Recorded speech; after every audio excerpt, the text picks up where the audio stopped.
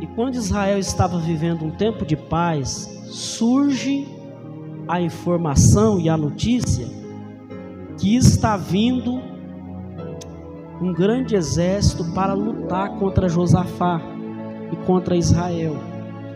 Agora, já é ruim quando a gente está vivendo um tempo de paz que chega a notícia que alguém vem contra nós. E eu até já abro um parêntese para dizer que não falta pessoas para te trazer notícia ruim. Nunca vai faltar. Ixi, pai, tem gente que faz questão. É claro que tem hora que é bom. No caso de Josafá foi bom. Mas já que eu estou no assunto, eu estou invocado, eu vou falar o que eu já ia falar também. Tem gente que ele parece que não gosta de ver você em paz. Ele sabe das dificuldades que você está enfrentando, mas parece que ele fica tentando te relembrar o tempo inteiro da dificuldade que você está enfrentando. Mas quantas pessoas que às vezes não faz isso só com a intenção de desestabilizar o irmão? Ele vê que o irmão está vivendo um tempo de paz, ele vê que o irmão está vivendo com o coração cheio de esperança, só que ele faz questão de trazer a notícia ruim, porque a notícia ruim, ela desestabiliza. A notícia ruim, ela vai deixar a pessoa para baixo. A notícia da guerra, ela vai deixar a pessoa preocupada, desestabilizada. E a maioria das pessoas, quando elas estão desestabilizadas, elas não conseguem orar, elas não conseguem adorar, elas não conseguem buscar a Deus. Glória a Deus por aqueles que, quando a prova chega, ele corre para a igreja e tem força para buscar ao Senhor, porque uma boa parte, ele só consegue servir a Deus quando ele está na bênção, quando ele está na bonança. Eu fico muito invocado, e eu já ouvi muito isso na minha vida pastoral de 20 anos. Eu acho invocado quando alguém fala assim: não entendo, fulano some da igreja, mas quando a prova chega, quando a prova bate na porta, aí corre para a igreja. Aí eu sempre pergunto: irmão, vai correr para onde? Não é exatamente isso que tem que acontecer mesmo? Essa talvez não é a estratégia de Deus? E será que nessa manhã a gente não precisa aprender com Josafá? Mesmo que alguém esteja mal intencionado em trazer-nos uma notícia ruim para nos ver mal, para nos ver desestabilizados, mesmo que alguém venha com a intenção de nos deixar triste, frustrado, porque a batalha está travada e nós talvez não temos força para vencer, mas aí a gente vai pegar a experiência com Josafá. E quem vinha lutar contra Josafá não era um qualquer, era os amonitas e os moabitas. Irmãos, vocês têm uma ideia quem eram os moabitas e os amonitas? Os moabitas e amonitas foram fruto daquela relação incesta do pai com as filhas.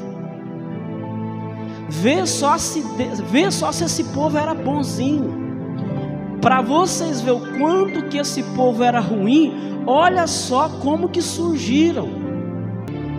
E ele estava triste, porque para o povo antigo, você dar sequência à sua família era primordial. Um homem que ele não tinha uma árvore genealógica, um homem que ele não frutificava, que ele não tivesse descendência, ele era considerado infrutífero, em alguma situação até maldito. Então o que acontece? O que temos aqui? Nós temos Ló decepcionado, triste, moribundo pelo canto. Aí você sabe o que as filhas de Ló têm uma brilhante ideia, brilhante, aqui é entre aspas, né? As filhas de Ló têm uma brilhante ideia de embebedar o próprio pai, dar muito vinho para o próprio pai e se deitar com ele, para que possam se engravidar dele, para que através dessa gravidez Ló poderia ter descendentes. Queridos, eu vou abrir um outro parênteses aqui, que eu nem fechei o outro. Irmãos, é um perigo a gente querer dar uma ajudinha para Deus. É um perigo quando a gente põe na cabeça que a gente consegue ajudar Deus. Ah, estou sem descendente, não vou ter descendência, só estou aqui com filhas aqui. Não, tinha que ser filho homem para gerar descendência, valer. Tinha que ser homem, filho, só tem 2 filhas. Aí fica triste pelo canto, aí as filhas para resolver a tristeza do pai. Olha só, irmão. Irmãos, não queira dar um jeitinho para ajudar Deus. Eu sei que a gente pode facilitar quando Deus quer nos abençoar, porque às vezes acontece de Deus querer nos abençoar e a gente ficar dificultando as ações de Deus. É diferente. Uma coisa é a gente dificultar as ações de Deus na nossa vida, outra coisa é a gente querer dar uma mãozinha para Deus. Ô Deus, eu vou te dar um conselho, viu? Já que eu estou aqui passando por essa situação aqui, então eu vou dar uma ideia para o senhor. As meninas, que tal deitar com o próprio pai e ter filhos, quem sabe vem filho homem? Irmãos, em quaisquer situação da tua vida, nunca queira, não queira jamais dar um jeitinho para Deus. Não queira jamais. Deixe, Pai, obrigado pela palavra nessa manhã. Deixa Deus trabalhar do jeito dele. Posso ouvir um amém? Deixa Deus agir do jeito dele. Deixa Deus fazer do jeito dele. Mas está doendo, Deus. Está demorando demais. É um processo, irmão. Irmão, tenha medo daquilo que é fácil demais. Tenha medo daquilo que vem fácil demais. Tenha medo daquilo que vem rápido demais. E eu tiro por mim, quando algo acontece muito rápido na minha vida, eu fico até desconfiado. E na maioria das vezes que eu fico desconfiado, lá na frente eu falo, ixi, eu tinha razão de ter desconfiado. Veio rápido demais. Não queira ajudar a Deus ou dar conselhos para Deus. O que você vai fazer? Você vai orar. Você vai buscar a Deus. Aí Deus vai fazer do jeito que Ele quer, da maneira que Ele quer, no tempo que Ele quer. Mas está demorando, pastor Elias. Está demorando, mas está do jeito de Deus. Mas está doendo, pastor Elias. Está doendo, mas é do jeito de Deus. Mas eu não aguento mais. Se arrasta, irmão, espera. Porque tudo é no tempo de Deus. Ixi, meu. Por que eu estou falando sobre as filhas de Ló? Deu um jeitinho. Vou resolver a tristeza do meu pai. Se dedou com o próprio pai. Engravidaram mesmo. A mais velha gerou a Moabe. A mais velha gerou Moabe. A mais nova gerou Ben-Ami, que é os amonitas. Então os moabitas e amonitas surgiu disso aqui, ó. Aí eu fico pensando, será que Deus gostava desse povo? Será que esse povo era um povo bom? Surgindo da maneira que surgiu? Irmãos, esse povo, eles iam para a guerra, eles matavam com atrocidade. Matar, todo mundo que vai para a guerra mata. Mas eles matavam e tinham o prazer de ver a dor do seu opressor. Eles iam para a guerra e eles gostavam de judiar. Para eles vencer só não importava. Eles tinham que judiar. Então quando chega para Josafá, está vindo alguém guerrear contra você. Para mim é normal, guerra eu enfrento todo dia. Não, mas são os moabitas e os amonitas. Vixe, aí já complicou. O que Josafá fez no versículo 3? Vamos voltar para a Bíblia. O que Josafá fez? Então Josafá temeu. Irmãos, temeu aqui é teve medo. Irmão, é normal a gente ter medo. O que a gente não pode é ter medo e continuar prostrado, sem esperança. Josafá, ele teve medo, ele temeu. Só sabe o que ele fez? Ele pôs-se a buscar ao Senhor. Chegou a notícia, daqui a pouco continua a leitura. Chegou a notícia ruim, irmão. Chegou a notícia do mal. Chegou a notícia que o inimigo está vindo contra você. Irmão, você vai buscar ao Senhor. É isso que tem que fazer. Irmão, você quer ver você travar aquele que vem com intenção ruim de trazer uma notícia ruim para ver se você vai ficar desanimado. É ele dar notícia ruim e você falar: obrigado por ter me avisado, porque a partir de agora eu vou entrar em oração e jejum e vou buscar ao Senhor. É assim que se trava o inimigo. Não é você começar a arrancar os cabelos e falar: ai Deus, e agora? Ai Deus, o que será de mim? Ai Deus, misericórdia. Ai Deus, o que vai ser da minha vida agora? Não, diante do medo, diante da circunstância, diante da palavra contrária, diante do opressor, você põe-se a buscar ao Senhor. A notícia da prova te assustou? Põe-se a buscar o Senhor. O inimigo que está vindo te afligir não é qualquer inimigo, é um inimigo terrível. Põe-se a buscar o Senhor. O inimigo que está vindo contra você vem para destruir com atrocidade, como os amonitas e os moabitas faziam. Põe-se a buscar ao Senhor. Agora, queridos, tem escalas. Tem hora que você busca ao Senhor, o que você faz? Você vai para a oração, você vai clamar. Você vai para o seu quarto de oração, você vai para a igreja, você vai para as orações de manhã, você vai para as orações da hora nona às 3 da tarde. Você vai buscar o Senhor. Então você põe a buscar ao Senhor. Agora tem as escalas. Conforme a necessidade maior, você vai subindo de escala também. O inimigo ele vai avançando nos seus avanços. Você vai melhorando o seu ímpeto de oração, irmão. O que Josafá fez? Josafá, ele pôs-se a buscar ao Senhor. Ele viu que a coisa era feia. O que ele fez? Ele pôs-se a jejuar. Josafá diz: aqui não, Satanás.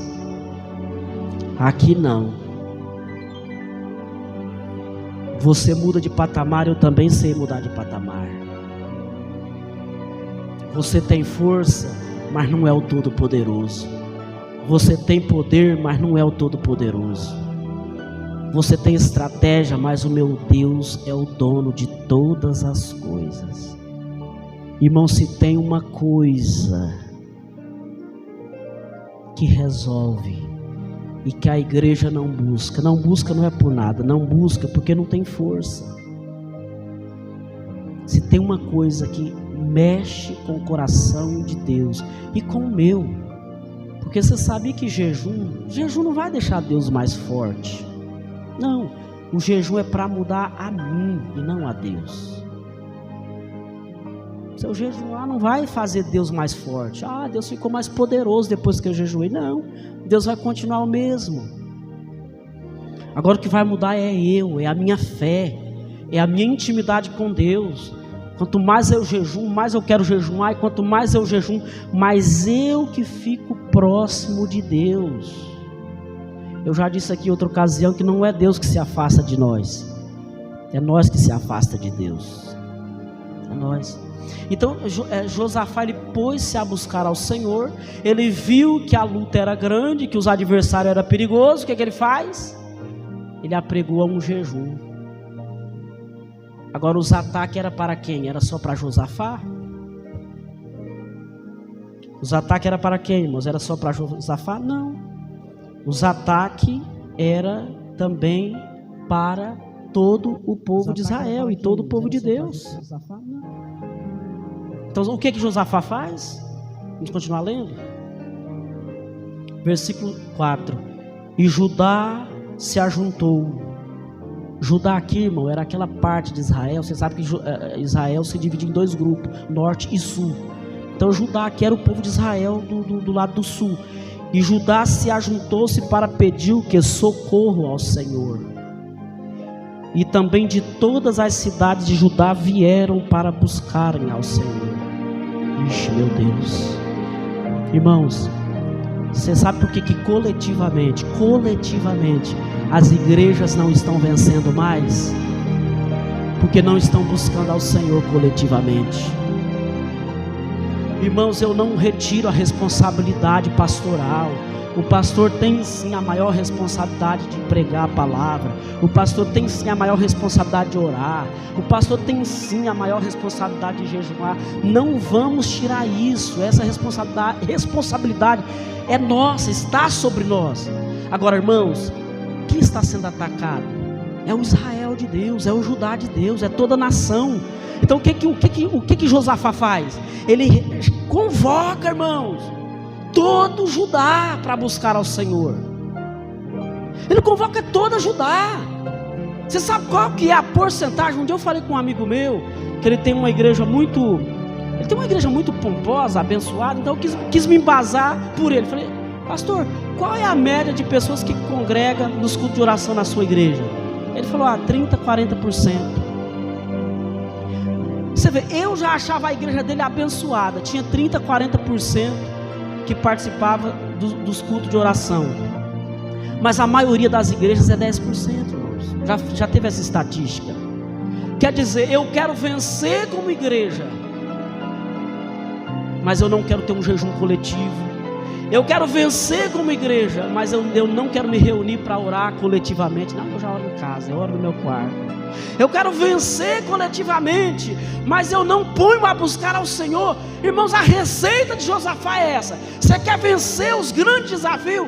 Reúne com o povo, reúne com o teu Judá, reúne com a igreja, faça jejum, faça oração. Vem gente de todas as cidades de Judá.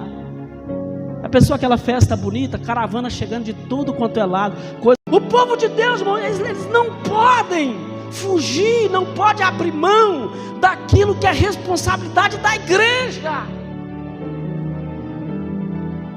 E quando eu falo da igreja agora, eu não estou falando da minha querida e amada igreja de nosso Senhor Jesus Cristo. Eu estou falando da igreja de Cristo na terra. Para quem não sabe, está acompanhando aí pelas redes sociais, aqui deve ter uns, 5 mil habitantes. Irmão, se eu quiser ver 4 placas de igreja, é só eu ir ali na frente ali, ó, da igreja, esticar o pescoço aqui, eu vou ver, além da minha, mais 2, 3 igrejas. E se eu virar a esquina aqui, 50 metros aqui, eu vou ver mais 4, 5. Por trás aqui tem outras 3, ali na frente, na avenida aqui do lado aqui tem 7. Nessa avenida aqui, que é 1000 e poucos metros, tem 8 igrejas. E aí eu dou glória a Deus por isso, claro que eu dou glória a Deus por isso, mas ao mesmo tempo é preocupante. Será que a igreja, meu Deus, será que a igreja ela está cumprindo com o seu papel? Ou são reuniões egoístas? Eu dou graças a Deus pelos irmãos que aqui choram, que aqui reúne e ora, Senhor, salva o drogado, salva os facciosos, salva aqueles que estão nos pontos de drogas, liberta aqueles que estão nas bocas de fumo, salva, liberta, transforma. Eu dou graças a Deus. A maioria não está nem aí para isso, irmão.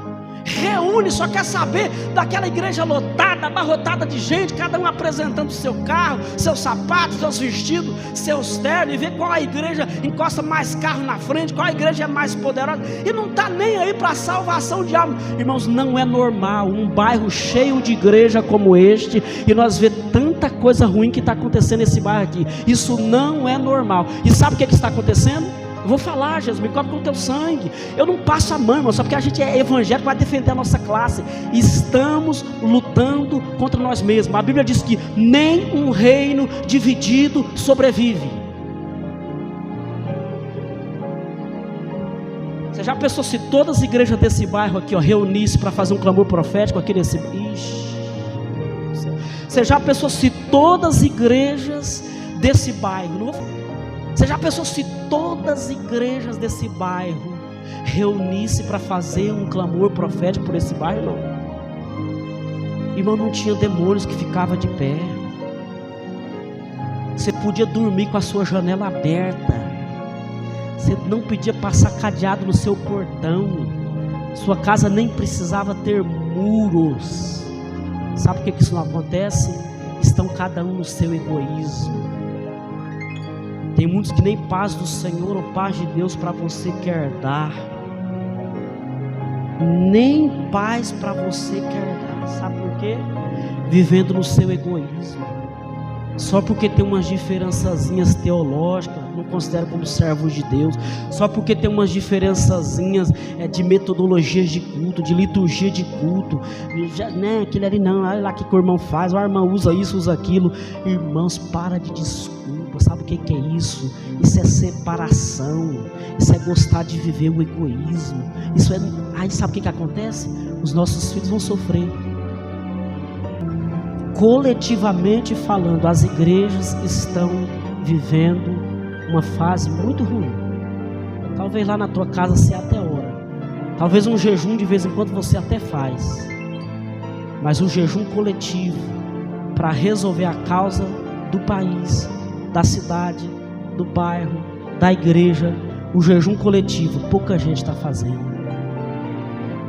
Josafá pôs-se a buscar ao Senhor, e pôs Josafá, versículo 5, e pôs Josafá em pé na congregação de Judá e Jerusalém, na casa do Senhor, diante do pátio novo, e todo Judá estava em pé perante o Senhor, como também as crianças, suas mulheres e seus filhos. Todo Judá estava de pé. Sabe o que é isso aqui? Adoração em conjunto. Aqui, irmãos, depois nós continuamos a leitura. Todo Judá estava de pé diante da congregação. Todo Judá. Daqui a pouco a gente lê junto, tá? Vamos comentar um pouco. Queridos, por que eu chamo a atenção de vocês? Porque hoje eu estou trazendo nessa palavra a importância do clamor coletivo. Não adianta, mas enquanto um ora, o outro não ora. Enquanto um louva, o outro não louva. Enquanto um adora, o outro não adora, irmãos.